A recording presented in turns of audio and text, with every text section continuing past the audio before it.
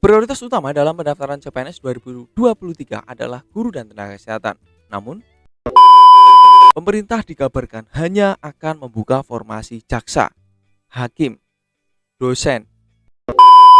Bocoran jadwal pendaftaran CPNS 2023. Kapan dibuka? Bocoran dari Kementerian Pendayaan Aparatur Negara dan Reformasi Birokrasi atau Kemenpan RB tentang jadwal pendaftaran CPNS 2023 kapan dibuka dibahas video ini. Kemenpan memberikan penjelasan soal formasi prioritas dalam rekrutmen CASN 2023. Seperti apa? Nah, Kemenpan RB ini memberi sinyal terkait jadwal CPNS 2023 yang sekaligus bisa jadi penjawab sejumlah pertanyaan dari masyarakat yang ingin mengikuti rekrutmen CPNS 2023 ini, yakni terkait dengan CPNS 2023 kapan dibuka.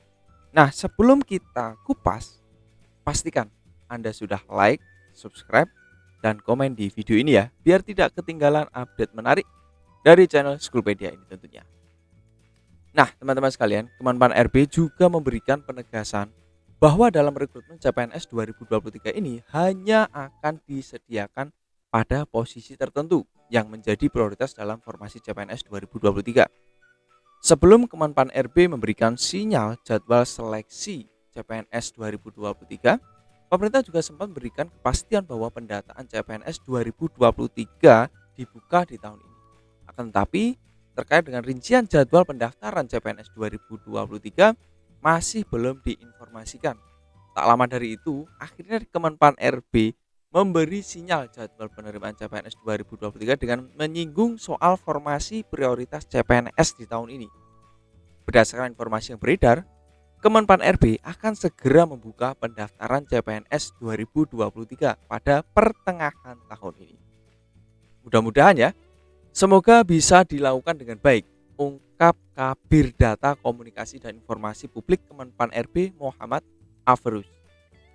Secara tidak langsung, jika persiapan sudah matang dalam proses penerimaan CASN 2023, maka jadwal CPNS 2023 juga tidak jauh berbeda pelaksanaannya seperti dalam rekrutmen di tahun-tahun sebelumnya. Di samping itu, terkait formasi CPNS 2023, pemerintah dikabarkan hanya akan membuka formasi jaksa, hakim, dosen, dan tenaga teknis tertentu lainnya seperti talenta digital. Pemerintah juga menegaskan bahwa pendaftaran CPNS 2023 ini hanya diperuntukkan bagi para pelamar yang sudah memenuhi syarat CPNS 2023 sesuai dengan ketentuan yang sudah ditetapkan. Menurut Menpan RB, Abdullah Aswar Anas, pendaftaran CPNS 2023 akan dimulai. Namun, masih ada beberapa syarat yang harus dipenuhi sebelum merekrut calon. Dalam pendaftaran CPNS 2023 ini, ya pendaftarannya memiliki 4 arah kebijakan. Ya, 4 ya. Abdullah Aswar Anas atau Menpan RB mengklaim bahwa hal ini dilakukan untuk membantu transformasi sumber daya manusia. Lebih jelas, seleksi CPNS 2023 yang umum hanya dibuka untuk formasi tertentu, bukan untuk guru ataupun tenaga kesehatan. Nah, sekarang dilansir dari website Kementerian Pan RB, pemerintah memastikan akan membuka pendaftar rekrutmen penerimaan calon aparatur sipil negara untuk tahun 2023 yang terdiri dari CPNS dan calon P3K. Pendaftaran CPNS dan P3K tahun 2023 memiliki 4 arah kebijakan yang mendukung transformasi sumber daya manusia. Pemerintah juga sudah memutuskan untuk rekrutmen CPNS dan P3K ini ya sesuai dengan atau info yang diberikan oleh Pak Menpan RB. Khusus untuk pendaftaran seleksi CPNS tahun 2023, Menteri Anas menyebutkan prioritas pemerintah untuk pemenuhan kebutuhan profesi tertentu. Ya, seperti yang kita sampaikan di awal tadi ya. Sementara itu, untuk pendaftaran P3K 2023 akan difokuskan pada pemenuhan tenaga guru, tenaga kesehatan, dan tenaga teknis lainnya. Menteri Anas meminta instansi pemerintah mulai mendata dan mengusulkan kebutuhan ASN tahun 2023 yang prioritas untuk segera diisi di instansi masing-masing. Lebih lanjut, Menteri Anas menyampaikan bahwa rekrutmen CASN 2023 juga mempertimbangkan sejumlah variabel tertentu, seperti indikator jumlah PNS yang pensiun dan pemenuhan SDM guna mendukung program strategis nasional, termasuk letak geografis dan kemampuan anggaran.